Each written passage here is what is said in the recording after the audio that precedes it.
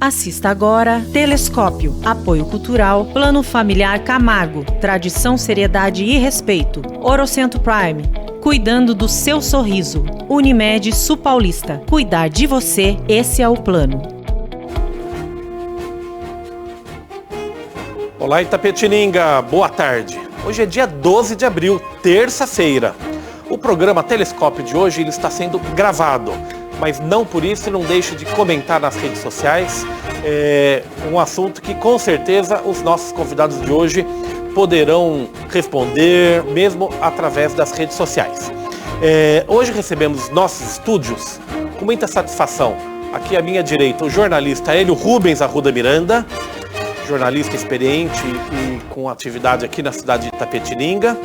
E ao lado dele aqui, meu amigo Silas Gehrig Cardoso, jornalista, redator do jornal Folha de Itapetininga e também assistente legislativo, atuando na área do cerimonial da Câmara Municipal de Itapetininga. E para me ajudar nessa conversa com essas feras, aqui do meu lado esquerdo, conto com a ajuda do advogado Fábio Coelho. Muito obrigado, doutor Fábio, obrigado Hélio, obrigado Silas. Antes de dar início ao nosso bate-papo, quero lembrar que o programa Telescópio conta com o apoio cultural do Plano Familiar Camargo. É muito importante a participação da Orocentro Prime e também muito importante o apoio cultural da Unimed Sul Paulista. Hoje, terça-feira, fique com a gente, programa Telescópio, sempre conteúdo de muita qualidade, programa inteligente para você, apoiador aqui da TVI. Fique ligado, daqui a poucos minutos, mais um programa Telescópio para você.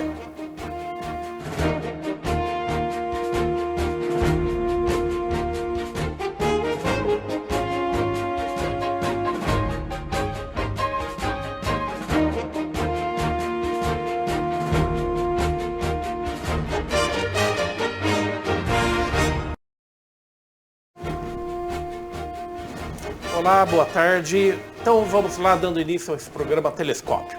No último dia 7 de abril é a data marcada para comemorar o Dia do Jornalista. Como nós tivemos a semana passada intenso, com uma pauta bastante variada, bastante dinâmica, como sempre aqui no Telescópio, a gente acabou não reservando o dia mesmo para debater a atividade do jornalista.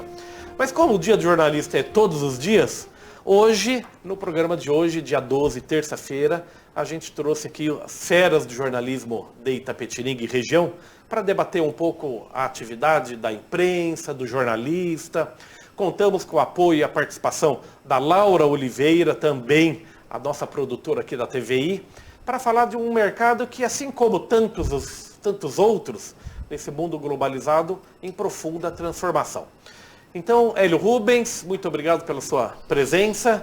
Eu que agradeço o convite. Muito obrigado. Uma satisfação tê-lo novamente aqui na TVI.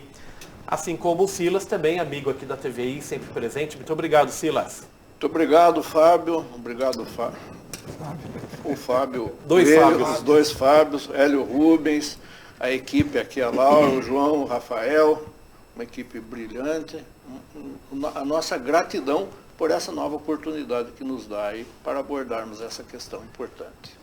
Fábio, entrevistar jornalista não é fácil, né? Não, hoje vai ser difícil. Muito obrigado pela sua presença. Nossa, para mim é uma grande honra estar perto dessas feras aí. Puxa vida, para mim é muito bom. Vamos lá.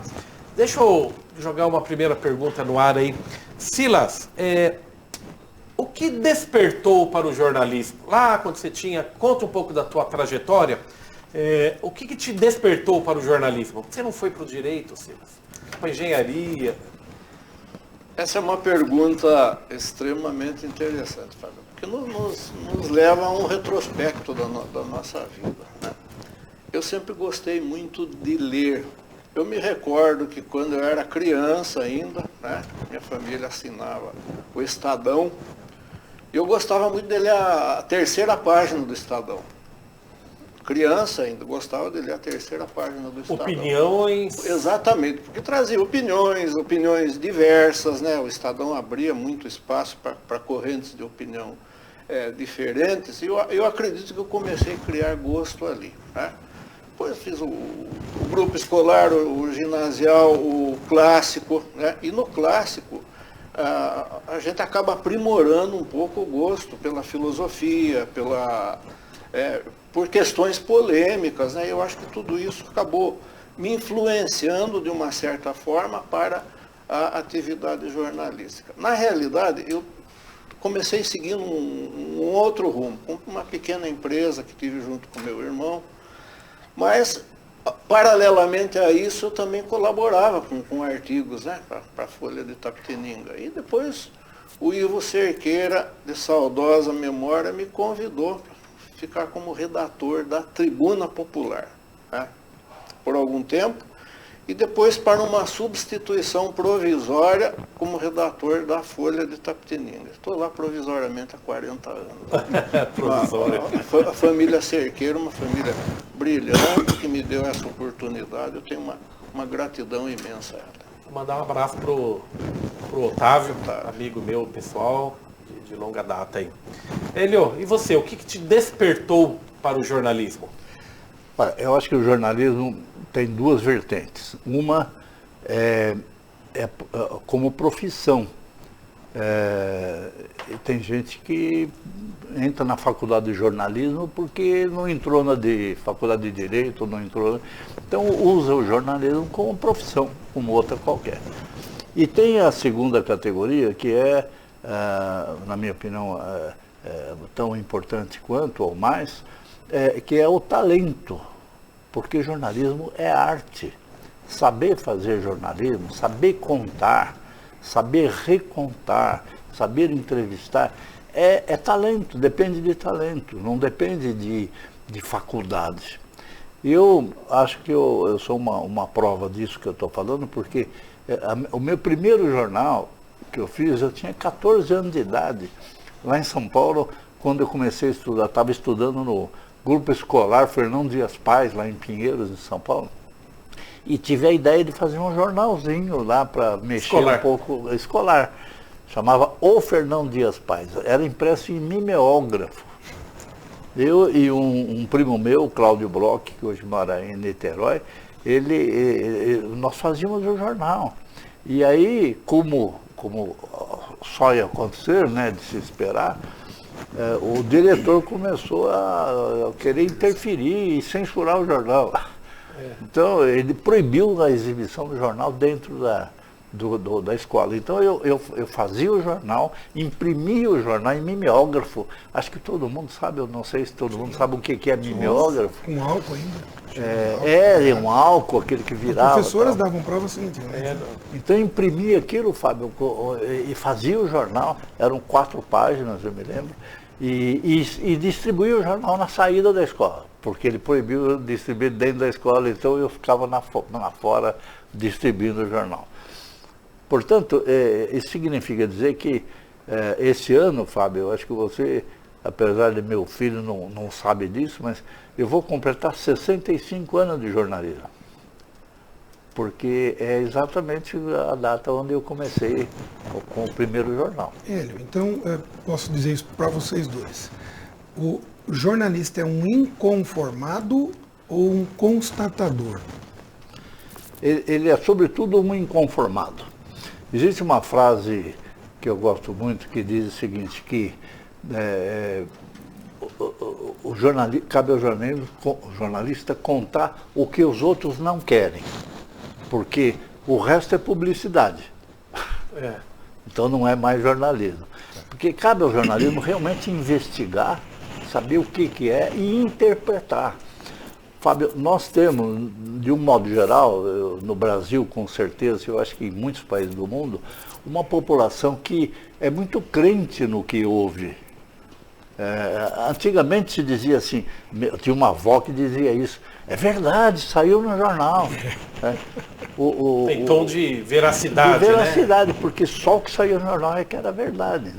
Mas, na verdade, o povo, de um modo geral, acredita daí a existência tão forte e tão grande dos fake news. A gente vai chegar lá. Fake news é importante. Mas o que é o fake news? É o aproveitamento da crença popular. Então, o que você falar, eles acreditam. Isso que você fazia antes, com 14 anos de idade, na porta da sua escola, Era pejorativo dizer que era panfletário, porque não podia fazer lá dentro? Na época não existia essa palavra, mas... Não? O que é isso, panfletário? O que é Panfletário isso? é o que faz panfleto. Panfleto pode ser publicidade, pode ser jornalismo, é um folheto impresso. Não é pejorativo falar isso? Não é pejorativo de jeito nenhum. A não ser que você, que tem aquele jornalista é panfletário, quer dizer, ele só faz panfleto, não faz jornalismo. Entende? Nesse sentido seria... Silas, e o jornalista é um inconformado? Ele é inconformado, mas é um inconformado equilibrado. Eu acho que essas duas coisas você precisa colocar de forma muito clara. Não é pelo fato dele ser inconformado que ele deixa de ter um equilíbrio nas suas análises, né? Nós temos que aprender a ouvir as duas partes sempre, né?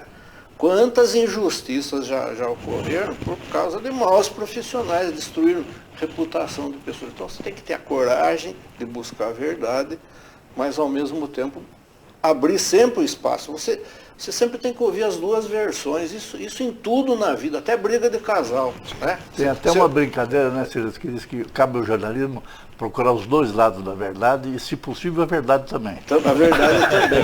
Né? Eu falo que nem briga de casal, às vezes você ouve um lado só, que tem maior habilidade, e o outro lado fica como algoz, ele como vídeo. E em tudo na vida é assim.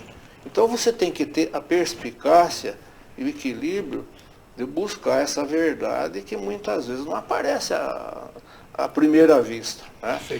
O jornalista ouviria um lado, ouviria o outro, e passa pela mídia que ele estiver atuando, rádio, jornal, televisão, não importa, a opinião dele ou não? Vocês acham que o jornalista deve expor também a opinião pessoal? Perfeitamente, ele tem que separar as coisas. Ele tem que dar a notícia e a sua opinião ele dá em artigo assinado. Ele pode e até deve fazer isso. Né?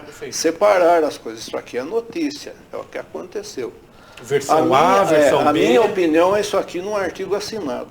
Né? Eu respondo pela minha opinião. Então ele pode perfeitamente, mas sabendo separar as duas coisas. Perfeito. Deixa eu ouvir também a nova geração. Laura Oliveira está aqui. Consigo a imagem dele, Johnny? Dela? A Laura. Vou fazer a mesma pergunta para a Laura. Bom dia, Laura. Boa tarde já, né? Então, nunca pensei em cursar jornalismo, como eu estava falando, mas eu sempre fui muito de gostar de revista, daquelas revistas de adolescentes. Agora eu acho que a gente não tem muito mais nessa nova geração, né? Tenho 21, mas ainda peguei uma parte que lia muito revista. Então eu gostava muito de ler artigo, essas coisas, mas nunca pensei em cursar jornalismo. Eu sempre gostei muito de escrever história. Só que eu não queria escrever só livros. Então eu brinco assim que eu escolhi jornalismo nos 45 do segundo tempo, quando não tinha mais nada para eu decidir na hora de cursar o vestibular. Daí eu vi o curso de jornalismo e eu falei, pode ser interessante, né? Aí eu fui e Está sendo interessante ou não? Tá, eu gosto pra caramba. Eu falo que é o que...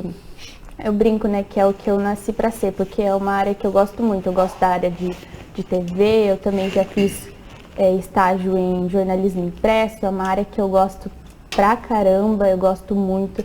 Ainda não tive a oportunidade de fazer de rádio, né, mas também gosto bastante, né. Na faculdade a gente tem essa pequena assim, experiência, então eu achei também super legal. Mas é uma área que eu gosto assim bastante, Fábio, de ler, de escrever, de falar. Muito bom. Bem legal. Pegando o gancho que a Laura deixa aí, o Hélio comentou, Fábio, sobre jornalismo ser arte. Eu acho que se aproxima um pouco do direito também, né? Precisa ter talento, né? E eu vou contar uma história aqui. Ou prazer, vocês, né? Amor, pelo menos. Que eu acho que vocês nem sabem disso. Um dos maiores escritórios, se não for até hoje, o maior escritório de advocacia da América Latina chama Pinheiro Neto Advogados. O Pinheiro Neto Advogados fez Largo de São Francisco, foi para a Inglaterra e era correspondente de notícias brasileiro lá. Depois ele abriu o escritório dele. E aí veio para São Paulo, que é a terra do pai dele, terra dele, e aí lá ele começou a prestar serviço para a embaixada inglesa. daí na área jurídica, mas ele começou como jornalista. Olha que coisa engraçada, olha como é muito próximo, é muito íntimo, porque assim, tanto um quanto o outro, como vocês falaram, é o inconformado. Na área jurídica não cabe conformados. Eu só sou o que eu sou porque eu sou um inconformado, então eu brigo pelo seu direito, porque eu não me conformo com aquilo que você está contando diante do que a lei pode fazer. Então, assim, eu acho que ambos são inconformados, né? Mas o mais interessante que eu acho, assim, né, na minha área também tudo está mexendo, tudo está mudando. A gente brinca recentemente com esse coronavírus aí, é uma outra advocacia. Hoje é uma outra advocacia. Ela não existe mais como era antigamente. Eu acompanhei a máquina Hamilton. Sim. Passou para a máquina elétrica, o computador, o XP, antigão ainda, o 286, daí veio até hoje. Até você pega o seu processo aqui. Né? Assim como eu acredito, até queria questionar isso. O quanto teve de mudança na área jornalística? Ainda é do mesmo jeito? Ou mudou muito? Não estou falando agora dessas vertentes novas, esse podcast, que né, qualquer um pode abrir, pode fazer, até no fundo da sua casa. Mas ainda dá para ser feito do jeito que vocês começaram a fazer? Do ponto de vista técnico, mudou tudo. Mudou tudo. Mas eu acho que do ponto de vista de princípios, permanece a mesma coisa. Graças então, a Deus. Tem que saber separar as duas coisas. Né? Eu acredito que o Hélio tem a mesma opinião também. Quando eu comecei no jornalismo aqui em Itapetininga, porque eu já fazia jornalismo não como profissão, quando eu morava em São Paulo. Eu sempre fui funcionário de multinacional, tal, não tinha nada a ver com jornalismo, mas sempre escrevi para jornais e para tudo. Mas quando eu assumi aqui, eu comprei o Aparecida do Sul, que é um jornal que já tinha uma tradição já, e que tinha sido fundado, na verdade, o Aparecida do Sul, como um jornal voltado a arrecadar fundos para a construção da Igreja da Aparecida. Essa igreja que tem aqui até hoje. E depois foi vendido por Zé Salem, e eu comprei uma do Zé Salem e fiquei junto com um tipógrafo que eu chamava de Pedro Saravá, uma figura fantástica, vale a pena contar a história dele, porque ele é muito bom, e um dia eu vou ter a oportunidade de contar. Mas aí então eu e o Pedro Saravá fazíamos o Aparecida do Sul. Eu comecei como redator, junto com o Carlos, qual é o nome dele? Puxa vida, uma mancada. Mas enfim, eu comecei como redator, no fim que me tornei dono do jornal. Mas o jornal, Fábio, era feito... Acho que era o Carlos Fidêncio ou não? Carlos Fidêncio, Carlos isso mesmo. Fidêncio. Perdão, Tá, desculpa, é esse mesmo. O famoso, o glorioso Fábio... Carlos Fidêncio. Carlos Fidêncio. Mas o jornal, Fábio, era feito ainda letra por letra. O jornal era tipográfico, onde o Pedro Saravá, que era um especialista, tinha uma caixa grande dividida assim, cada caixinha desse era uma letra maiúscula ou minúscula.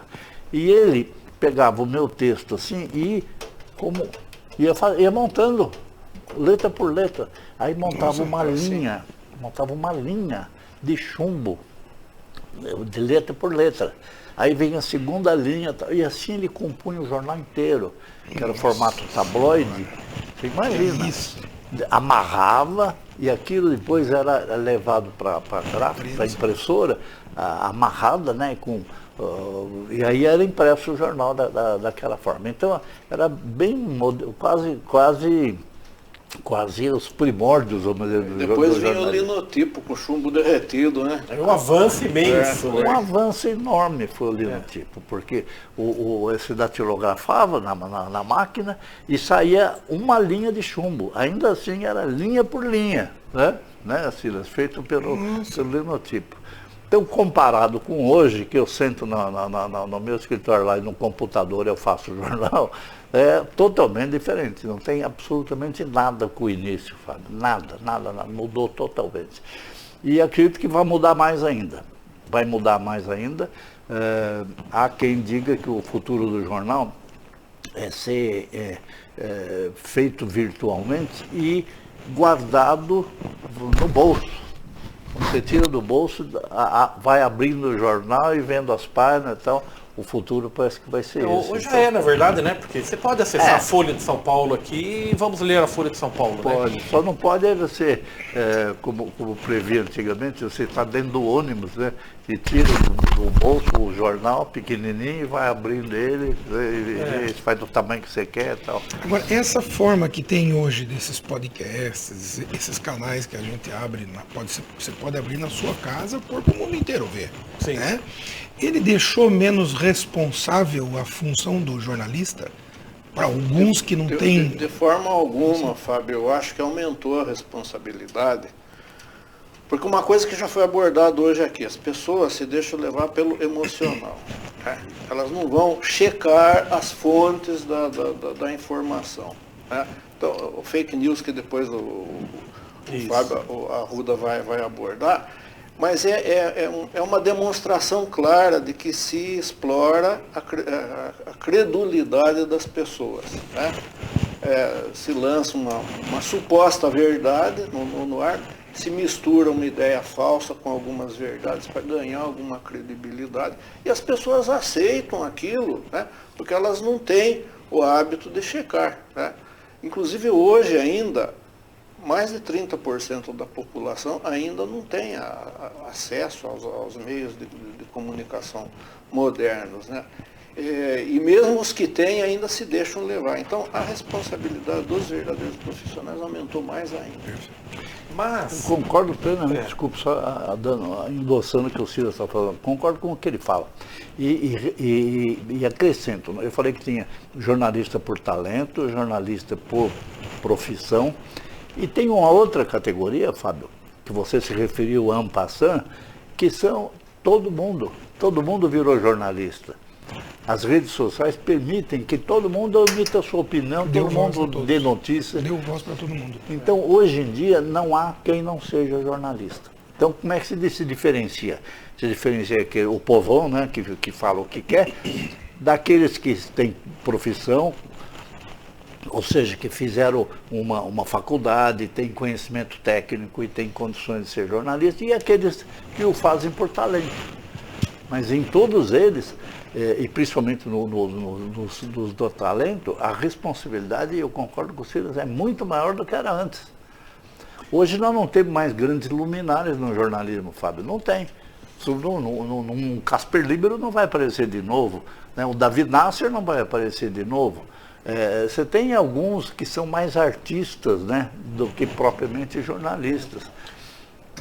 Então, mas nessa linha aí, a gente está falando de um período onde existiam as empresas jornalísticas. Existia a Editora Abril, o Globo, Estadão, né, Folha da Manhã, Grupo Folha da Manhã.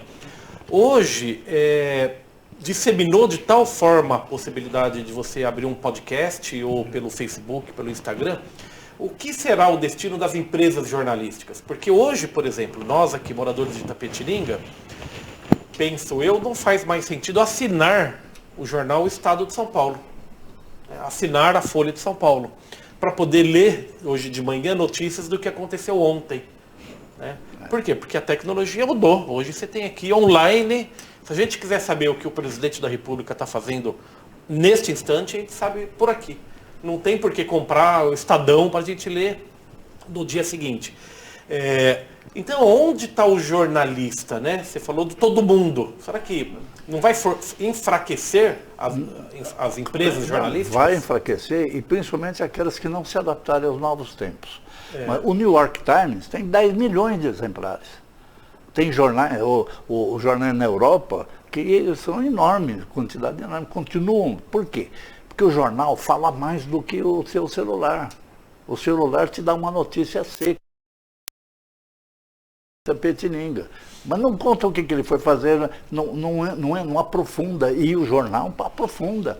A revista aprofunda mais ainda. Esses são os níveis de informação. A informação pública dessa que todo mundo dá é superficial, não é crível, né? Porque são opiniões, são achos, não tem conteúdo profissional. Agora, as empresas que não se adaptarem, elas vão trocar. Por exemplo, a TV Globo. É uma rede enorme, uma das maiores do mundo. Mas está deixando de ser. Por que está deixando de ser? Primeiro porque, pelo que eu ouvi falar também, não sei se é verdade, mas eles concluíram que é mais negócio você investir em ações, por exemplo, do que no jornalismo. Ontem do que saiu no entretenimento. uma matéria na UOL sobre isso. Eles tiveram um prejuízo no último ano de 173 milhões. O Sistema Globo? O Sistema Globo. Mas eles cresceram 15%. Olha que coisa engraçada. Em faturamento. Em faturamento, porque eles têm mais de 34 empresas dentro do Grupo Globo. Viu? Eles têm satélite, tem uma A infinidade. Globoplay hoje, para eles, é uma fortuna. Ela dá muito mais lucro. A Streaming, Globoplay. né? Não, a Globo é empreendimento, né? Isso. Porque eles venderam todos os imóveis que tinham, todos. Todos. Por quê? Porque perderam dinheiro? Não, venderam porque dá mais lucro pegar aquele dinheiro da venda e aplicar em ações do que aplicar no jornalismo. Mas aí, ou na diversão. tem uma entendeu? diferença aí que vale, eu vou passar uma pergunta para o Silas aí. Uma coisa é ser dono de uma empresa jornalística, outra coisa é ser jornalista. Sim, perfeito, Né? perfeito. Você não confunde isso. Não pode confundir as coisas. O Roberto Marinho era jornalista. Era jornalista ou era empresário? Era empresário também, né? Era empresário também, né? Foi um jornalista Assis que virou Chateaubriand. dono do jornal. Como o Vitor Tive. Assis Chateaubriand. A mesma coisa, ele Assis era um jornalista Chateaubriand. e também um empresário. Mas o Assis Chateaubriand é muito mais empresário do que jornalista. O Vitor Tivita também. Muito mais empresário do que jornalista. E Silas, a prática do jornalismo não dá dinheiro, né? De forma alguma. Eu, inclusive, costumo falar que quem optar pelo jornalismo deve, preferencialmente, ter uma segunda profissão. Né? Porque o retorno financeiro é muito pequeno. A pessoa se dedica a isso mais por idealismo. Né? Você falou bem, os donos das empresas de comunicação constituem uma realidade. Os jornalistas, os funcionários, constituem outra realidade. Agora, precisa sempre passar por um processo rápido de atualização, porque no mundo inteiro as coisas estão modificando de forma muito rápida. Eu vou citar só um exemplo para vocês aqui. A Hillary Clinton era favorita para a eleição nos Estados Unidos, e a imprensa maciçamente apoiava a Hillary Clinton. Inclusive as pesquisas. Inclusive as pesquisas. Né? O Donald Trump com o sistema de fake, com a utilização maciça do fake news, e aí é importante uma coisa, não é simplesmente disseminar informação falsa de forma idêntica para todos. Eles colhem os dados do sistema eleitoral, fazem uma análise da personalidade do Fábio, de você, Fábio, do Hélio Rubens, e direcionam o fake news de acordo com a tua área de interesse. Quer dizer, atinge potencialmente você naquilo que é do seu interesse. Né? Donald Trump ganhou a eleição, né? Uma reviravolta que ninguém esperava. Né? Dizem até que na Rússia ajudaram ele com a análise dos dados do sistema eleitoral americano. Então hoje, a responsabilidade do profissional de imprensa em se atualizar rapidamente é muito grande. Né? Senão ele vai acabar sendo atropelado pelo avanço do sistema, que a gente poderia dizer. Ou seja, todos nós somos membros da bolha, né? Perfeitamente. A bolha é aquela que te coloca como componente de uma sociedade. Os donos do supermercado sabem disso, vão te botar nos veículos que você gosta da propaganda deles, os fabricantes de automóveis também e assim por diante. Os políticos também fazem, né? Aliás, o Hélio tocou num assunto importante, o supermercado. Você vai no supermercado, mesmo produto, 5 marcas diferentes, você muitas vezes nem olha o preço, você vai direto comprar uma dessas marcas. Por quê? Porque você já foi bombardeado pela propaganda intensa que foi para o teu subconsciente. Né? O fake news, a informação falsa, ela age dessa forma. Ela age, primeiro passa pelo teu consciente, a forma repetitiva dele faz com que vá para o teu subconsciente. É o que o ministro da propaganda do Hitler, o Joseph Goebbels, falava, que uma mentira repetida 1000 vezes vira uma verdade, né? Isso, do ponto de vista psíquico, tem algum fundamento, porque vai influenciando as pessoas, joga no subconsciente e elas ficam condicionadas àquilo. Agora, Silas e Hélio, a técnica continua a mesma, a técnica de jornalismo. A questão técnica continua a mesma. Princípio. Tecnologicamente mudou tudo. Mudou tudo, Né? Do linotipo, aquela coisa toda. Mas tecnicamente é a mesma Princípios coisa. são os mesmos. A forma como fazer o jornal, expor a notícia, para quem está começando, que nem a Laura. A técnica é a mesma, não é assim? É buscar a informação, a fonte de informação, checar a fonte de informação, né? Ver o outro lado, como o Fábio Arruda já destacou aqui. Tudo isso faz parte do processo e vai fazer sempre, né? Agora, os meios tecnológicos mudam. E cada um tem uma escrita, vamos supor, uma marca. Primeiro é o seguinte, vamos falar uma verdade que normalmente não é dita, Fábio. Não existe isenção de opinião. Claro. O jornalista tem que ser isento. Claro. Tem que ser isento. Mas não é isento. Nenhum jornalista é isento. Não existe a isenção no jornalismo. Por quê? Se você é editor do jornal, você vai determinar qual é a manchete. Você está opinando. Aquela manchete policial é mais importante do que aquela policial. É a opinião do editor. Opinião do editor. E assim em tudo. Então, voltando àquela brincadeira, é preciso descobrir os dois lados da questão, ou mais lados da questão, e se possível também a verdade. A verdade qual é? É a verdade do editor. Ele conta aquilo de acordo com o que ele acha. Se aquilo é importante, ele dá um destaque maior, se é menos importante, então é opinativo. Então o jornalismo isento não existe, porque o ser humano não é isento. Todo ser humano... Ele tem uma formação sociológica, religiosa, Cultural. futebolística, cultural, econômica.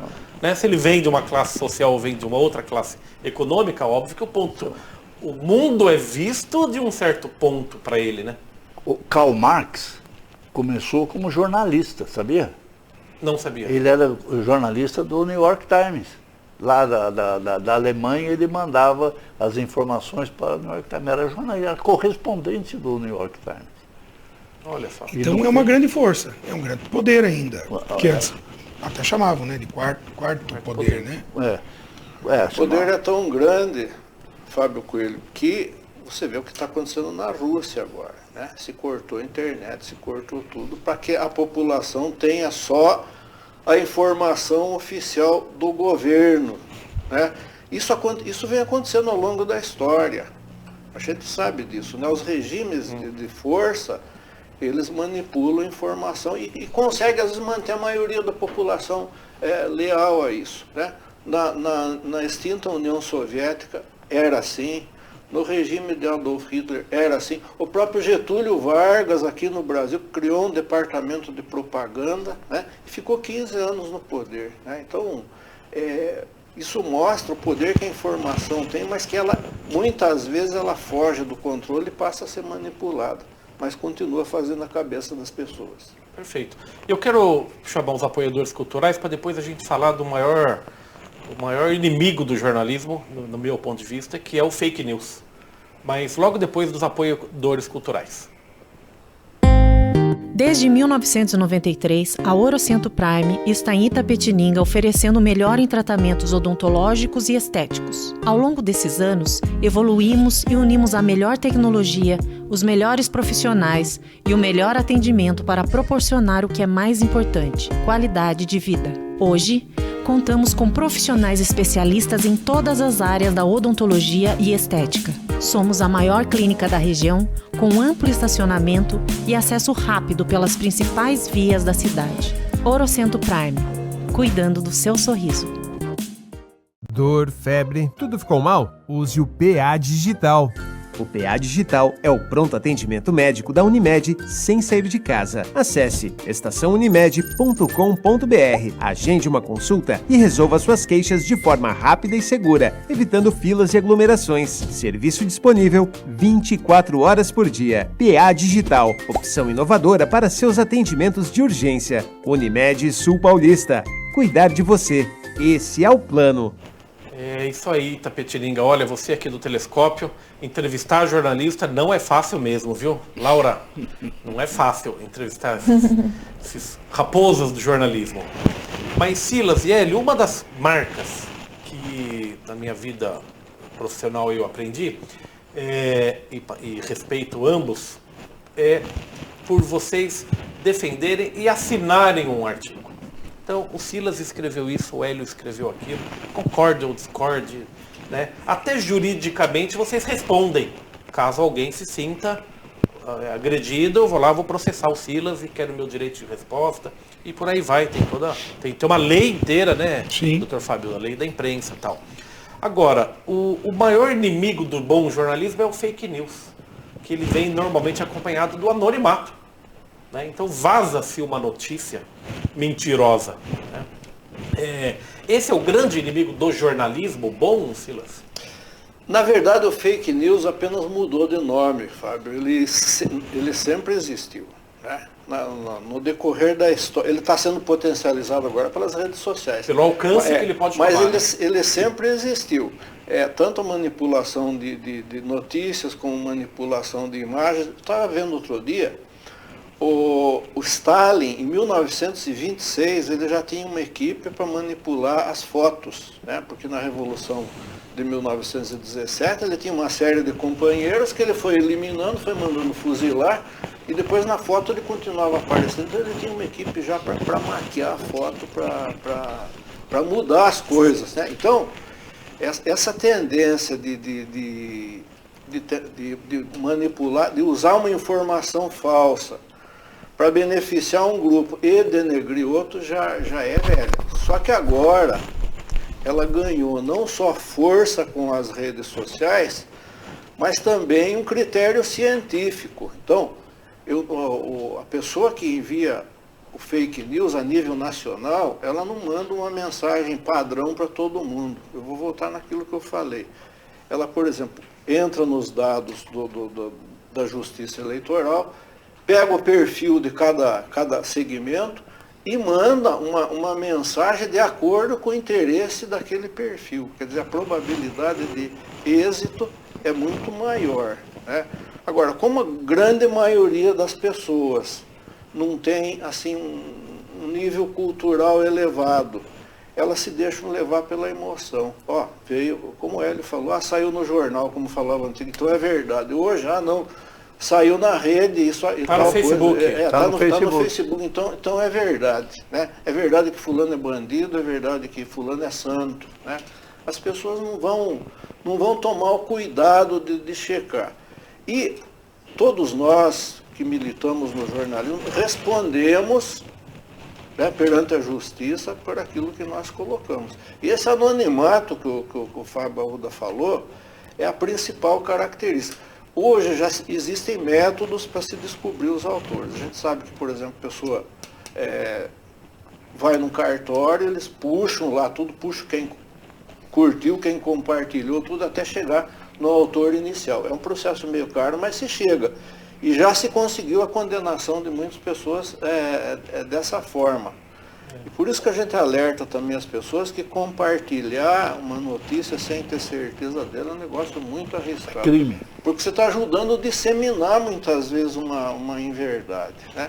Agora, a nível nacional a coisa é muito mais séria, muito mais grave, né? Porque você pode destruir a reputação de uma liderança, construir outra. Né? Então, essa equipe que você se referiu aí do Stalin, por exemplo, é uma equipe organizada para... Exatamente. Produzir fake news, apaga um, coloca outro, dissemina e controla a informação.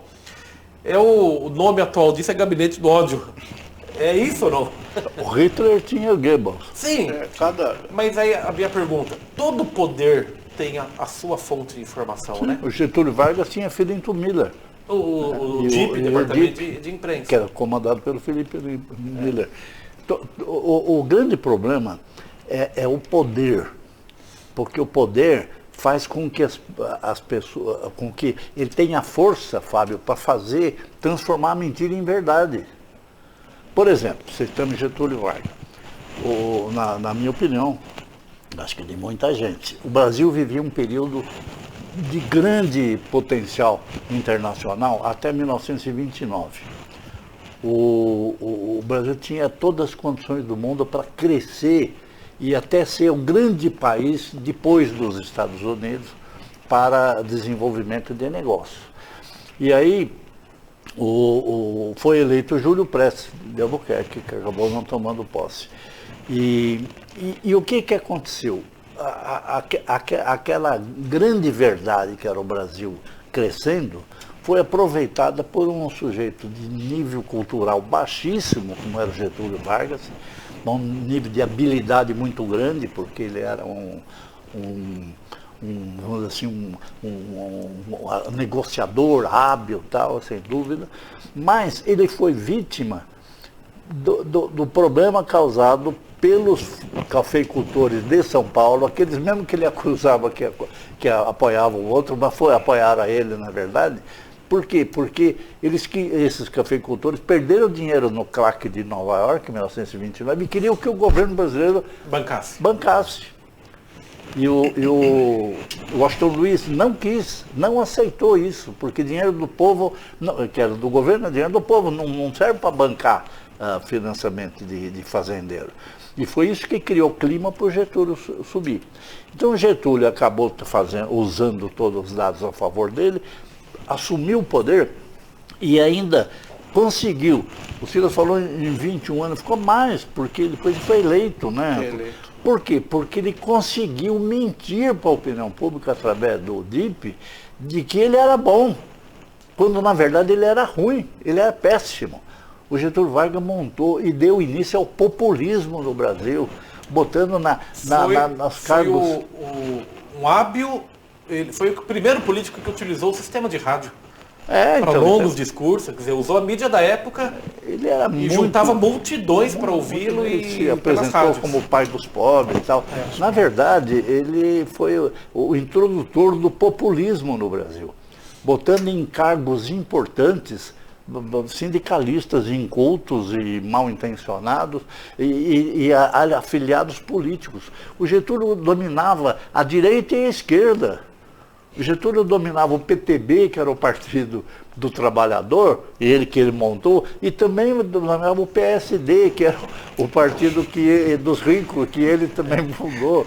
O Getúlio era uma questão histórica que nós não podemos deixar de levar em conta, é que a democracia brasileira sempre foi uma democracia frágil. Por que eu falo isso? Nós tivemos períodos cíclicos, né? Com a proclamação da independência, nós passamos por um regime monárquico, né? 2 anos depois, 1824, nós tivemos uma Constituição que trouxe uma certa abertura relativa, né? Porque o voto continuou sendo da elite, né?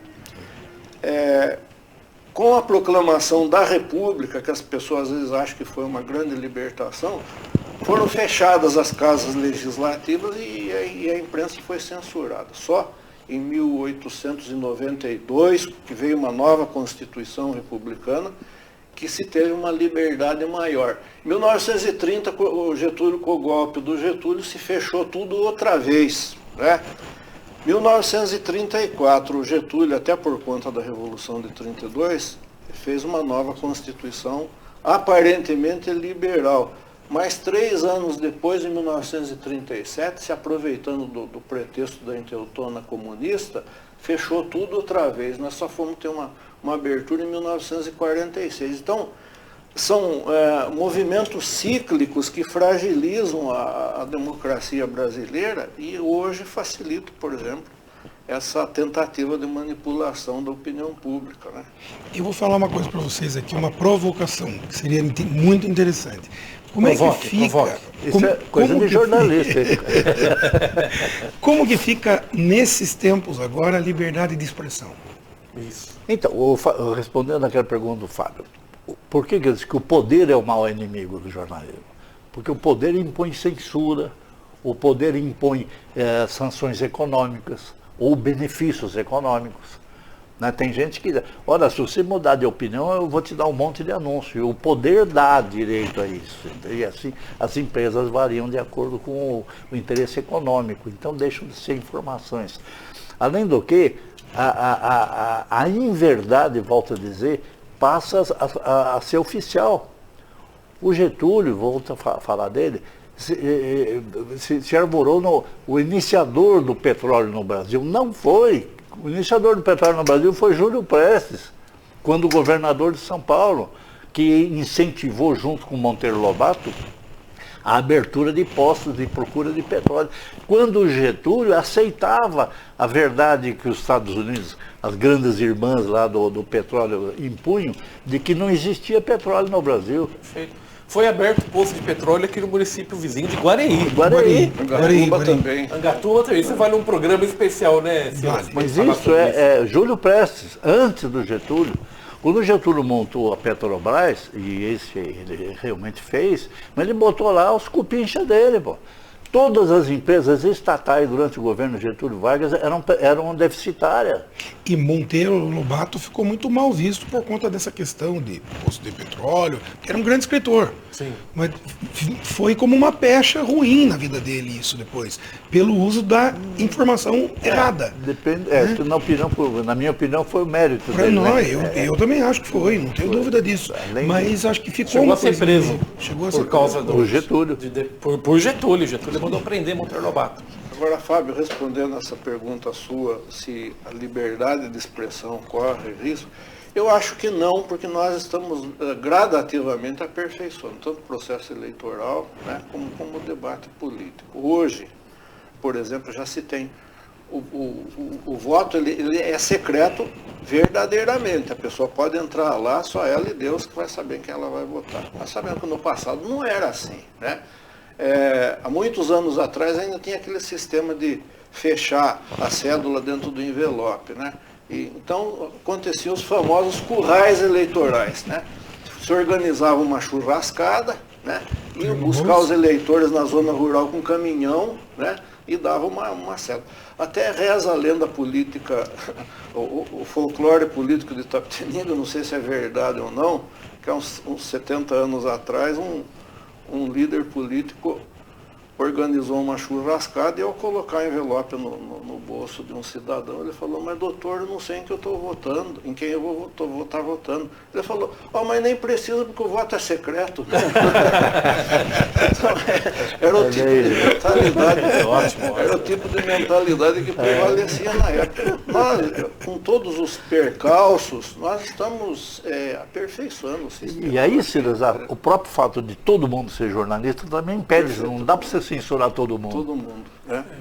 Mas agora sendo pontual, aqui em Itapetininga, nós temos a TVI, por exemplo, que é transmitida via TV a cabo, né, pelo cabo, mas também utiliza os canais das redes sociais, pelo Facebook, pelo YouTube. Esse programa pode ser gravado, pode ir ao vivo, mas está disponível no Facebook, pode ser visto daqui a um mês, daqui a 6 meses, fica disponível lá. Queria a opinião de vocês sobre as mídias impressas. Tá? Mesmo o jornal impresso, ele também está nas redes. Também ele é enviado via PDF para grupos grandes. A opinião de vocês, qual que é o futuro da mídia impressa? Vai acabar a mídia impressa? Revista e jornal? Silas, primeiro. Eu acredito que não, porque no envio aos diferentes grupos, às diferentes pessoas, a gente vê hoje o grande interesse que existe, né? As pessoas sentem que há uma credibilidade maior nessa informação, né, do que a informação que circula pelas redes sociais sem muita credibilidade. É por causa da impressa, a história da velhinha, ela está no jornal. Está no jornal. Então eu acredito que vai prevalecer ainda, e eu acredito que o nível de credibilidade continuará sendo maior, porque realmente ali é uma coisa que a pessoa pode arquivar, pode guardar, pode contestar, né? Então, eu acho que isso tudo vai agora da capacidade de adaptação das empresas e dos profissionais. Então, nessa linha, vocês acham que a busca excessiva do furo de reportagem para fazer com que você tenha um streaming, fazer com que você seja mais falado e tal, ela está sendo ruim para imprensa, boa imprensa, quando ela fala em princípios? Pense o seguinte, como é que eu vou fazer um jornal que vai chegar amanhã na minha casa, sendo que tudo que eu queria saber já aconteceu um dia antes, já foi posto na rede social, mas eu não perco quando eu deixo de ler um Carlos Heitor Coni, eu não perco quando eu deixo de ler um grande escritor que falava em um jornal. Vocês acham que ainda vai ter chance disso continuar, ou vai ter que ter uma adaptação de que essas mídias impressas fiquem mais nos grandes escritores, porque daí está todo mundo em busca do furo daquilo que está acontecendo agora? Eu vou falar uma coisa para você, Fábio. A minha opinião pode ser contestada, mas eu acho que em determinadas circunstâncias é preferível você omitir alguma coisa do que você precipitar e cometer uma injustiça muito grande. Perfeito. Né? Porque aquilo, você sobe num prédio alto, abre um travesseiro de pena, isso não vai juntar mais. Se estragou a reputação de alguém, você não corrige mais. Né? Então, às vezes, é preferível até você ter a certeza, não ir aquele furo de reportagem, não querer sair na frente dos outros, né? Para ter a consciência de que você vai noticiar com correção, com isenção de ânimo e não vai prejudicar injustamente ninguém. E tem público para um rol que é só matéria exclusiva de cultural. Pensamentos, né? Tem Hall, público isso. O Hall, foi bom você falar nisso. O Hall está completando neste mês de abril 28 anos. Quando o Jornal Cultural Hall começou, que eu montei aqui em Tapetininga, há 28 anos atrás, ninguém sabia praticamente o que era internet. A maioria das pessoas não sabia o que era um site, não sabia o que era o www, não sabiam nada, porque poucas pessoas tinham acesso. Então, o Hall é talvez o mais antigo, e aí entra a minha opinião também, né? O mais importante e o melhor veículo de comunicação de assuntos culturais. Porque ele sempre foi voltado exclusivamente à divulgação de assuntos culturais. Não tem anúncios, não tem lucratividade, não busca lucratividade, ele é realmente um veículo voltado para a divulgação, a difusão das notícias de caráter cultural. O lançamento de um livro, um evento, outro e tal.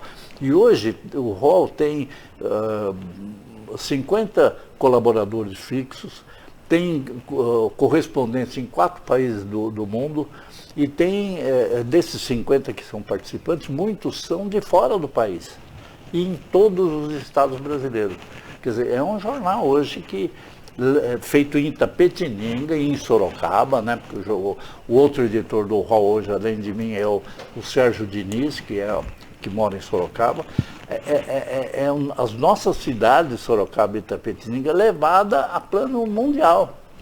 Então, eu acho que é a primeira vez que isso acontece com um veículo. Mas embarcando nesse tema aí, a gente recebe a Folha de Itapetininga e o jornal Correio de Itapetininga, eu recebo por aqui também, pelo celular. Então a gente pode acessar o arquivo PDF, acessa o site, lê uma notícia, quase que diariamente a Folha de Itapetininga, está quase diária. Às terças, quartas e sábados. Mas também tem o impresso. Né? E aí, trazendo um pouco da minha experiência pessoal, a revista Top da Cidade é a mesma coisa. Você tem lá o site, você tem nas redes sociais, você tem um arquivo PDF. Só que as pessoas chegam para mim, Silas, e falam assim, eu vi lá o site, eu vi o arquivo da revista Top, mas consiga um exemplar impresso para mim, porque eu quero a revista de verdade. Né? Como se fosse de mentira, né? Como se fosse de mentira o PDF. Virtual. E eu, pela minha formação, eu adoro pegar o jornal. Né?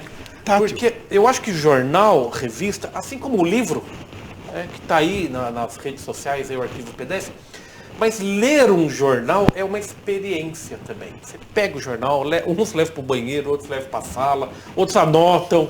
Né? Isso é muito comum com o livro. Tem pessoas que fazem anotação ali ao lado. Então, vocês, Hélio, o que você acha do jornal impresso? Vai acabar o jornal impresso? Não vai acabar nunca. Eu ratifico o que o Silas falou e até endosso. É o seguinte, o jornal impresso é aquele que tem a notícia que você pode rever. Você viu e pode rever. Arquiva, como o Silas falou, guarda a tua foto. Não é como o anúncio do notícia que no noticiário de televisão, o João Weistenberg, você não tem mais condição de ouvir, você não entendeu direito, você não tem. No jornal você tem, está lá escrito, é o fulano e tal. Quer dizer, e outra coisa, o jornal cada vez mais vai ser um veículo de opinião, eu também acho que vai ser opinativo, e o impresso local, normalmente local. O impresso geral para todo mundo é raro, manter um ou dois, tem espaço para isso, mas está pouquíssimo. Mas no Brasil você tem o quê? O Globo que faz isso, a Folha de São Paulo e o Estadão, só. Né, de grande veiculação. Grande circulação. O resto é local. Ou é regional ou é local. A revista Veja acho que acabou já, né? Não, a revista Veja está ativa, está firme. Mas impresso? Impresso, está impresso. Aliás, essa diversidade de veículos de comunicação é muito importante para a formação de opinião. Existe um conceito muito correto que diz que você precisa tomar muito cuidado com o homem que lê um livro só. Por quê? de Santo Agostinho, Ele fica bitolado. de Santo E Agostinho. mesma coisa em relação... Eu leio e respeito todos os veículos de comunicação, jornais e revistas de Itapetininga, porque eu sei que cada um traz o produto do esforço, do espírito de sacrifício, né? E traz, às vezes, uma visão diferenciada um do outro. E as características, né? O problema do jornal impresso qual é? É que você tem que fazer o jornal, você tem que mandar imprimir o jornal numa distribuir gráfica, depois, e né? Distribuir, entregar um a um no jornal, ou vender. É muito difícil. Isso é uma logística, é caro, é funcionário, caro, sofisticado, mas vai continuar a existir, na minha opinião. Não Vocês vai parar, acreditam que é possível que chegue em algum momento em que, vamos supor o seguinte, como hoje está todo mundo pela busca, a gente vive uma sociedade como aquele Mário Sérgio diz, miojo, né? Tudo em 3 minutos, você tem fama por 3 minutos, não dura mais nada, casamento dura pouco, a sociedade, o que tem mais fama, o que tem mais sucesso é muito rápido. Sociedade líquida, né? E líquida e tal, Vocês acreditam que é possível que ainda haja uma imprensa que se aproveite da coisa que está acontecendo agora, do furo, mas deixe para a via impressa, depois de alguns dias, uma opinião, um choque de opiniões, de ideias? Então vamos supor o seguinte, Debate nosso de ideias. jornal ele vai sair todas as sextas-feiras. Com tudo o que aconteceu até quarta-feira, nós vamos pegando gente que pensa dos dois lados. E vamos fazer uma mídia impressa na sexta-feira com 2 opiniões antagônicas. Teria condição de sair isso? Eu acho que ou não tem público para isso. Não. Eu acho, Fábio, desculpa, Hélio. Eu acho que isso não existe. Eu entendo o seguinte, você precisa levar em consideração que você está tratando com seres humanos, né? E o ser humano, ele tem a sua autoestima, ele quer formar a sua própria opinião, né? Ele quer ter liberdade de buscar as fontes onde ele quer. E nesse aspecto, a prevalência de um veículo impresso acaba sendo muito importante, porque ele tem essa oportunidade, propicia essa oportunidade para ele. Perfeito. Laura, deixa eu chamar a Laura de novo, trazer ares jovens. Eu queria que você compartilhasse com a gente, não só a sua visão pessoal, mas talvez de colegas de faculdade. Aonde que o jovem gostaria de trabalhar? Num jornal, numa televisão, numa revista, em rádio? Qual que é a visão de futuro quanto a que mídia os jovens gostariam de atuar? Olha, Fábio, eu acho que depende muito, na verdade, de cada pessoa. Porque quando a gente conversa sobre isso, tem gente que gosta muito do jornalismo da TV, porque aparece, porque fala com o pessoal. Tem gente já que prefere o jornalismo, de impresso, porque, você acaba escrevendo um pouco mais, os textos são realmente mais longos comparado ao da internet. Acho que é uma coisa assim, que nem eu aprendi na faculdade esses tempos. No jornalismo impresso, não é que é bem mais fácil de você falar com as pessoas, mas você pode entrevistar um especialista, pode colocar toda a fala do especialista, sabe? Pode ser um texto longo, um texto demorado, diferente no da TV, que tem que ser algumas coisas assim bem rápidas para passar todas as informações. Então, assim, depende muito do que a pessoa quer, do que a pessoa, gosta. E cada lugar, assim, o jornalismo impresso, da TV, o de rádio, da internet, eles são diferentes. Querendo ou não, a gente estuda, assim, mais ou menos as mesmas coisas, mas cada um tem o seu diferencial. Então, assim, depende muito realmente do que a pessoa gosta, do que a pessoa quer. Tem gente que se dá bem, por exemplo, no impresso e na rádio, nessas coisas. Mas, assim, até na área que a pessoa decide fazer, por exemplo. Tem gente que é mais voltado para o jornalismo esportivo, A gente vê, é muito difícil mesmo ver mulher no jornalismo esportivo. A gente está mais, nessa coisa de fofoca, desse jornalismo mais assim os homens que vão para esse lado esportivo. Então eu acho que depende muito do gosto da pessoa. Acho que é isso. Perfeito, perfeito. Fábio,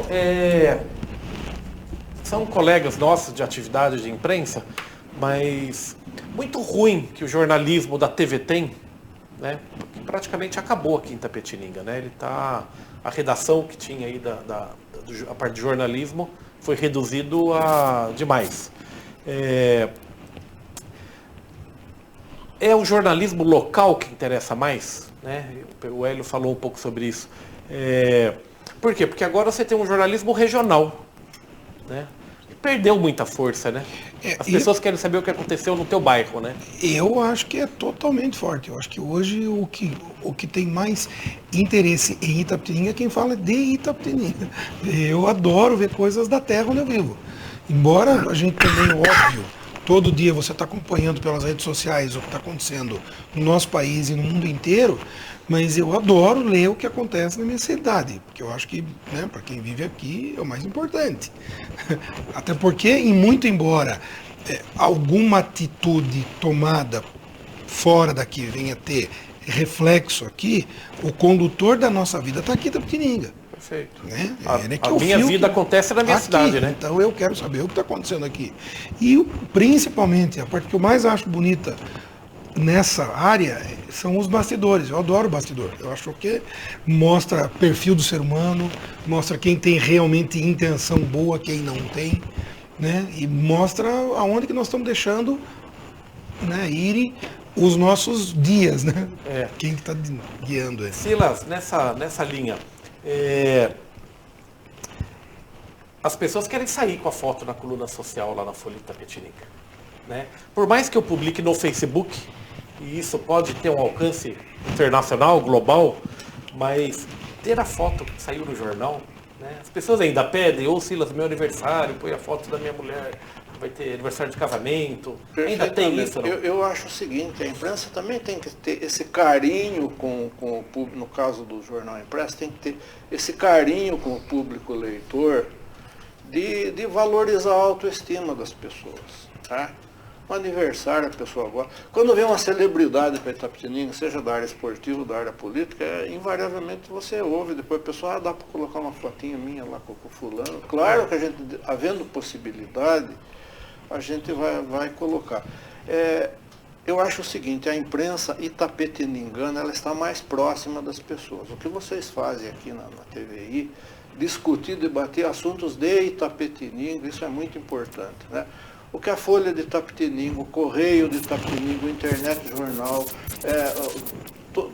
toda a mídia de Itapetininga faz é valorizar a gente nossa aqui. Né? Eu acho isso muito importante. Nós conhecemos as pessoas. O jornalismo aqui é diferente do que o jornalismo a nível nacional. Lá, você elogia ou critica alguém, você nunca vai ver, dificilmente você vai ver essa pessoa. Aqui você fala de alguém, no dia seguinte você vai tropeçar com essa pessoa na rua. Né?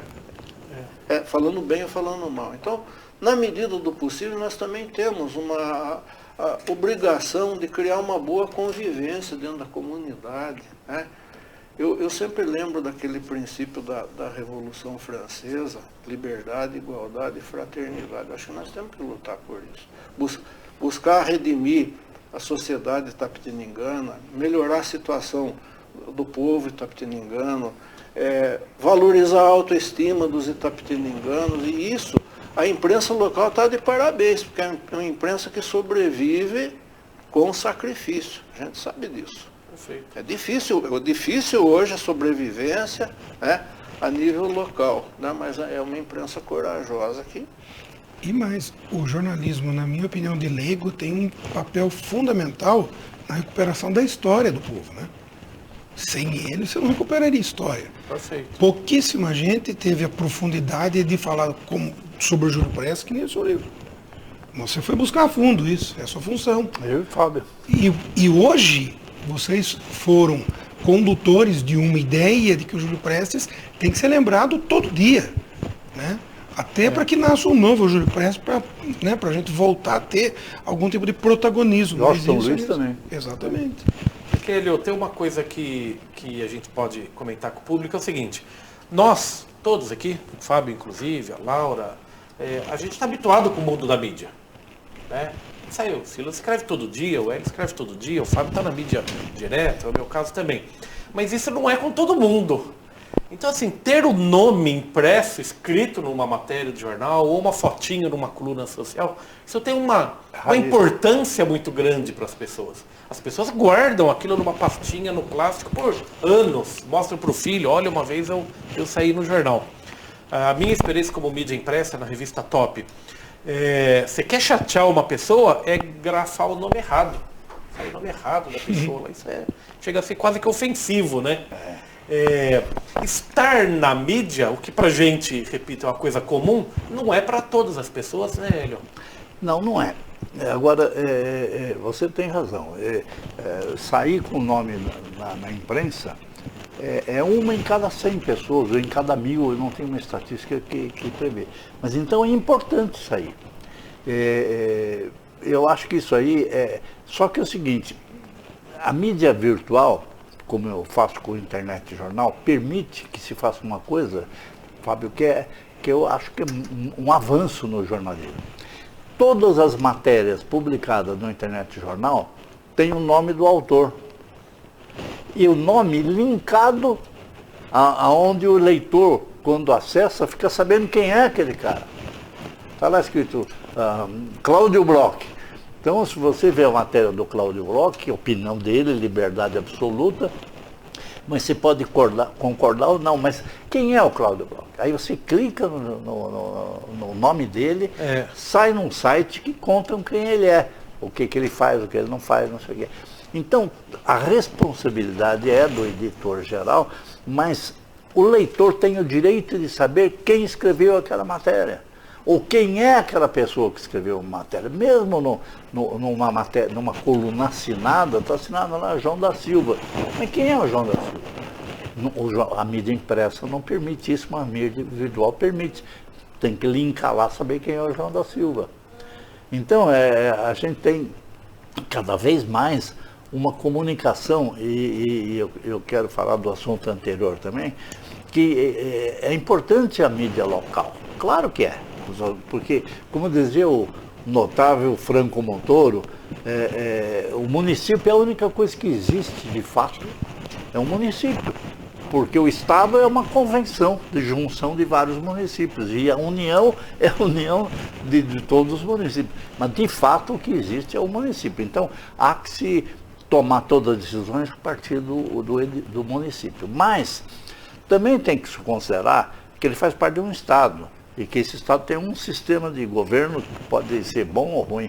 Ele faz parte de um país, que faz parte de um planeta, de um continente e até de um planeta. E que esse planeta, Fábio, cada dia mais se transforma num país. Fábio, a internet colaborou muito com isso. O inglês hoje é a língua universal. Sim. É uma língua que todo mundo fala, né? Literalmente todo mundo colabora muito para essa globalização, o termo que você usou. A religião está cada vez mais globalizada. A partir do Papa argentino, que foi o primeiro não italiano, o primeiro não europeu, vamos dizer assim, para assumir o papado, mostrou que a igreja está se universalizando. Não só a católica, as outras também. Tudo está se universalizando, inclusive a linguagem, inclusive a verdade. Nunca você viu, pelo tanto que eu saiba, uma repercussão tão grande e tão sentida pela população diante de uma guerra do que essa atual. Tá. Acho eu, e tenho esperança que eu esteja certo, que é a última guerra do planeta. Daqui para frente vamos caminhar para um entendimento de que todos nós somos terráqueos, participantes de um único país chamado planeta Terra.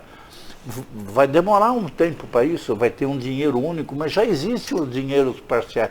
O euro é uma prova disso. Vários países europeus adotam o mesmo dinheiro. E o dinheiro sempre foi entendido como um padrão nacional de cada país, mas pode deixar de existir para passar a ser conjunto. a América Latina, possivelmente, e eu acredito que não vai demorar muito, vai ter um dinheiro único também. Assim como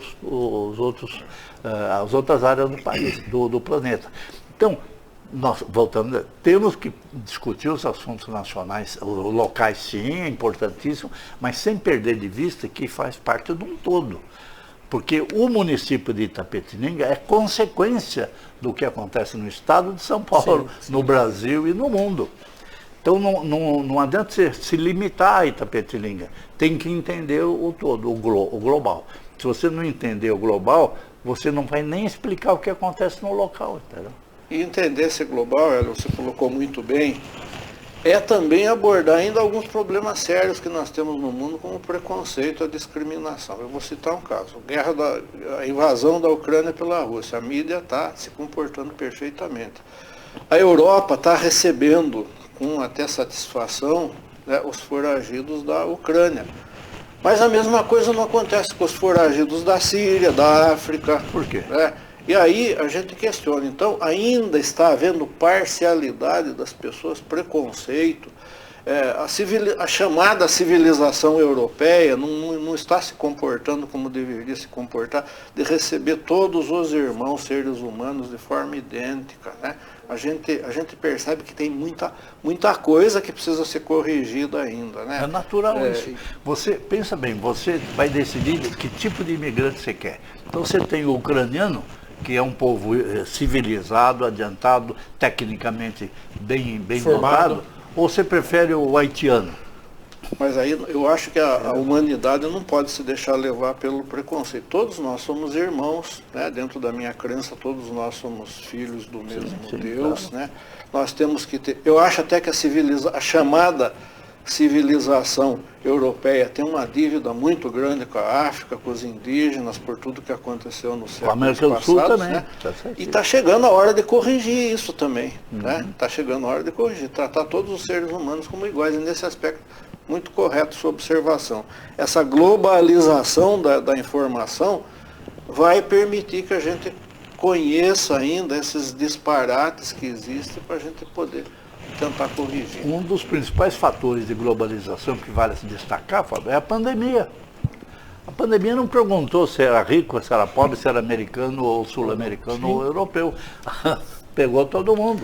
A gente está se aproximando aí do final do programa, mas vou perguntar da Associação dos Jornalistas, vou começar por você, Fábio, que é advogado. A OAB sempre foi uma organização de liderança dos advogados, com muita participação política. Muito. Né?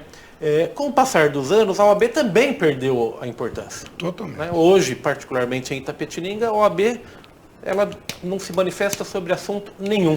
A Ordem dos Advogados do Brasil. A Ordem dos Advogados do Brasil. Ela era uma liderança política, não que não seja respeitada, mas digo, com peso muito grande de opinião. Por que não tem mais força a organização dos advogados? Eu acho que a gente tinha um protagonismo que hoje a gente já não tem. Desde que você deixou o viés político invadir, ele destruiu, e não de agora. Não é Felipe Santa Cruz, não. Vem de muito tempo. Vem de muitos anos. Sucessivas. Né? Sucessivas. Então aí, a hora em que você deixa um mau político advogado, que pode se misturar, né? Que ele tome conta de uma organização que tem tanto para dar para a sociedade, para o seu estado e para o seu país. Hoje nós estamos vendo que... E eu dou aula disso, imagina, eu falo com os jovens que vão ser advogados. O que você espera da OAB? Nada. O que você espera dela? Ela vai tirar dinheiro, né, do meu bolso todo ano. Só. Ela hoje é um boleto caro. O advogado paga 3 vezes mais do que o médico paga por ano. Recebe muito pouco. Eu não conheço médico pobre, mas advogado pobre tem bastante. E ele paga 3 vezes mais. O que a OAB está representando para nós hoje em dia? Nada. Caríssimo o boleto. Porque ela perdeu o protagonismo. Por que perdeu o protagonismo? Pois eu volto a dizer, eu acho que você colocou pessoas, nós, né, pusemos pessoas que não estavam preparadas para a função. A falta de lustro que precisa ter para você estar em um cargo público, já não existe mais. A hora que você coloca qualquer um que não tem preparo porque é meu apadrinhado ou porque eu estou ajudando, você tira do cargo a importância do que ele pode ter para a sociedade. Então, assim, teve muita gente no curso da existência da OAB, como subseção, como seccional, como nacional, tem uma péssima e totalmente equivocada ideia de que o presidente da OAB nacional, não tem. Não existe OAB nacional, existe o Conselho Federal da OAB que tem um presidente, que é escolhido indiretamente, não é democrático. Eu não votei. Eu voto no seccional. Perfeito. Mas a OAB ela ainda tem um caráter obrigatório, né, para quem Sim, pretende se que é um dedicar absurdo. Que eu à acho. advocacia. Mas trazendo a pergunta para nós, Itapetininga já foi referência com as ações da Jori, né, Silas? Com eventos Seminários. culturais, seminários. Perdemos isso também, né? Perdemos a importância. Eu queria a opinião dos dois aí. Ambos foram presidentes da Jori, né? Perfeito. Foi muito importante a sua pergunta. Na verdade, a história da Jori também acompanha mais ou menos isso que o Fábio falou da OAB. Com o tempo, as coisas vão se modificando. Nós tivemos grandes presidentes, né? O Hélio Rubens, o Carlos José de Oliveira, foi Jacó presidente, Bazarian. Jacó José Emílio Pinto Nastri, o Irã Aires Monteiro, que foi quem ficou por um período maior na presidência. E O Edmundo foi? O Edmundo, pai? O Edmundo foi presidente da Casa da Cultura. Ele faleceu como presidente da Casa da Cultura. O que aconteceu? Todos esses presidentes passaram na gestão do presidente Irã Aires Monteiro, foi um grande presidente, ele tentou modernizar várias coisas, mas houve um gradativo afastamento das pessoas, né? Quando eu assumi, depois em razão do falecimento do Irã, eu tive um trabalho grande para regularizar perante o cartório de registro de títulos imóveis, né? Hoje, várias entidades de Itapetininga não conseguem o registro. Nós conseguimos, graças a Deus, conseguimos com muito esforço regularizar, né? Só que o número de associados é pequeno, né? E a gente espera agora, durante a pandemia, não houve atividade nem dessa nem de outras entidades, e a gente espera agora, gradativamente, o retorno dos associados com a entidade perfeitamente legalizada perante a Receita Federal, perante a nossa presidente agora, Jaqueline, a entidade perfeitamente regularizada em todos os aspectos, só aguarda agora o retorno dos associados. Perfeito. A Jori, Hélio, exerceu, assim como a OAB, um papel de protagonismo, né? Casa da Cultura também, que foi criado pelo Jacó. Os jornalistas não têm mais A Jori esse foi protagonismo? montada por mim, né? A Jori inicialmente. Quem fundou a Jori fui eu, e junto com os principais jornalistas da época. E ela veio em função de uma crítica que foi feita na Câmara Municipal contra um jornalista do Aparecida do Sul, Carlão na época. O vereador, que também não importa dizer o nome, fez uma agressiva crítica contra o jornalista. E aí eu falei, puxa vida, há que se ter um organismo de defesa do jornalismo. E aí montei a Jori.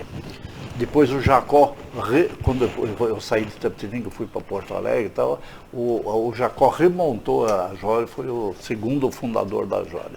Mas a finalidade era a mesma, era defender os jornalistas. Agora, isso está ligado à questão dos sindicatos e a gente, como ensina o Edgar Morin, você tem que ver o contexto das coisas. No Brasil, eu volto a falar, não é um fanatismo meu, mas é uma verdade, os sindicatos que foram montados, Fábio, foi durante o Getúlio Vargas, o período populista do Getúlio Vargas. E criou sindicatos mais voltados ao interesse político do que ao interesse do trabalhador. O sindicato dos jornalistas, por exemplo, nossa, até hoje, é uma entidade que defende o PT. Não é não é uma entidade que defende os jornalistas. Ele tem viés político. A POSP é a mesma coisa e assim, dezenas de outras. Então, os sindicatos, as organizações que deveriam defender os profissionais da área, ou se transformaram em agentes políticos, ou pessoalmente, para aparecer, para aproveitamento pessoal ainda. Dificilmente, e deve existir, claro, mas dificilmente se encontra um sindicato, seja o AB, ou a AMB, ou coisa que vale, que realmente defenda os seus associados. Não tem. Eles são todos instrumentos políticos, causados, tem aquele ditado baiano, né, que diz que pau que nasce torto morre torto, causado pela a forma como que eles foram criados durante o regime política ditatorial do Getúlio Vargas. E ambas as instituições teriam um outro enfoque. Naturalmente seriam da sociedade. Tanto a OAB que pugna pelo direito, quanto a de imprensa que pugna pela disseminação do que é verdade. Liberdade de expressão. Então é para todo mundo, né? Claro. Ó, encerrando já, porque o assunto que se deixar, só falta abrir uma cerveja aqui, a gente fica uns 3 dias batendo papo aqui. Laura, obrigado. Você conhece a Jori, Laura? Conhece a Jori? Já ouvi falar, mas não conheço não muito. Tá bom. Assim. Você ainda quer ficar no jornalismo? Tem certeza diante dessas feras aqui? Pense bem, hein? Mas eu gosto. Obrigado, viu, Laura? Eu que agradeço. E muito sucesso no jornalismo aí. Obrigado. Doutor Fábio, obrigado pelo apoio aqui para segurar as feras. Nossa, aqui. para mim sempre é uma honra, ainda mais com grandes amigos, irmão, tudo. Imagina, por favor, para mim, estou sempre à disposição. O meu da bancada é mais do que irmão. Silas, obrigado pela sua presença de novo aqui no Telescópio. Lembrando que você também é diretor secretário do Sindicato Rural de Itapetininga, mas com certeza a casa lá gosto muito, né? Você esteve aqui em São Mauri outro dia. Perfeitamente. Mas muito obrigado E pela as sua coisas estão presença. muito ligadas. Ó, eu que agradeço a você, o Fábio Arruda, Fábio Coelho também, muito obrigado, Hélio Rubens, né, companheiro de longos anos aí. Eu acho que o debate dessas questões acaba sendo muito importante para o esclarecimento da nossa população e da forma dinâmica como você está conduzindo aí. Parabéns. Bem rapidinho aí, que senão o diretor já está me cortando aqui. Somos, sobretudo, amigos, né, Silas? Perfeito. Tá no ar. Eu costumo dizer que a gente não é TVI, a gente está na TVI. Né? Você não é Folha Itapetininga, você está. Há pouco tempo atrás você era tribuna, estava na tribuna. Ou está na TV Tem, ou ora está no jornal A, B. Mas no fundo, a gente é colega de profissão, né? Hélio, obrigado pela sua presença aí, Hélio. Eu que agradeço e acho que realmente é isso aí. É preciso discutir os assuntos. Porque é dever do jornalista, todos, da Folha, do Internet Jornal, do ROL, da TVI também, de estimular a dúvida do leitor. Não pode estimular a certeza, tem que estimular a dúvida mesmo. O espírito crítico do leitor, do ouvinte, do telespectador tem que ser despertado, exatamente para se defender das fake news. É preciso que a gente diga toda hora para os nossos leitores, a nossa audiência toda, que desconfie das coisas, não acredite no que você veja, desconfie. É preciso incentivar o espírito crítico.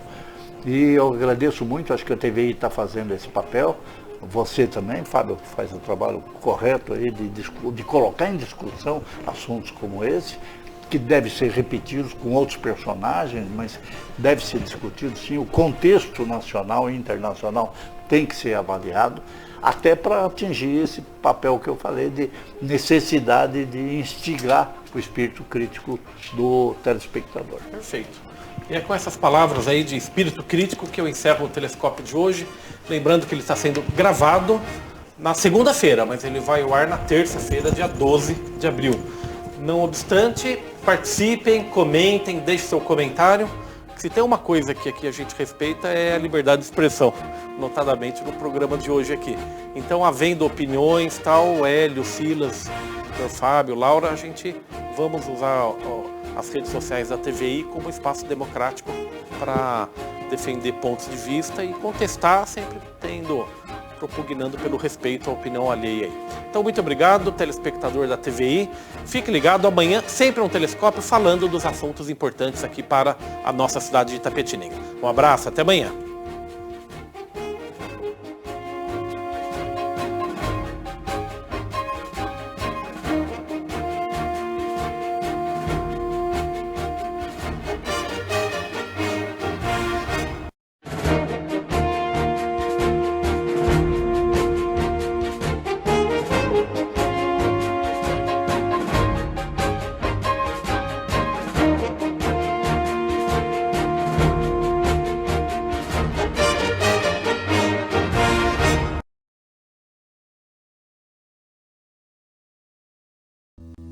Telescópio. Apoio Cultural, Plano Familiar Camargo, Tradição, Seriedade e Respeito. Orocentro Prime, cuidando do seu sorriso. Unimed Sul Paulista, cuidar de você, esse é o plano.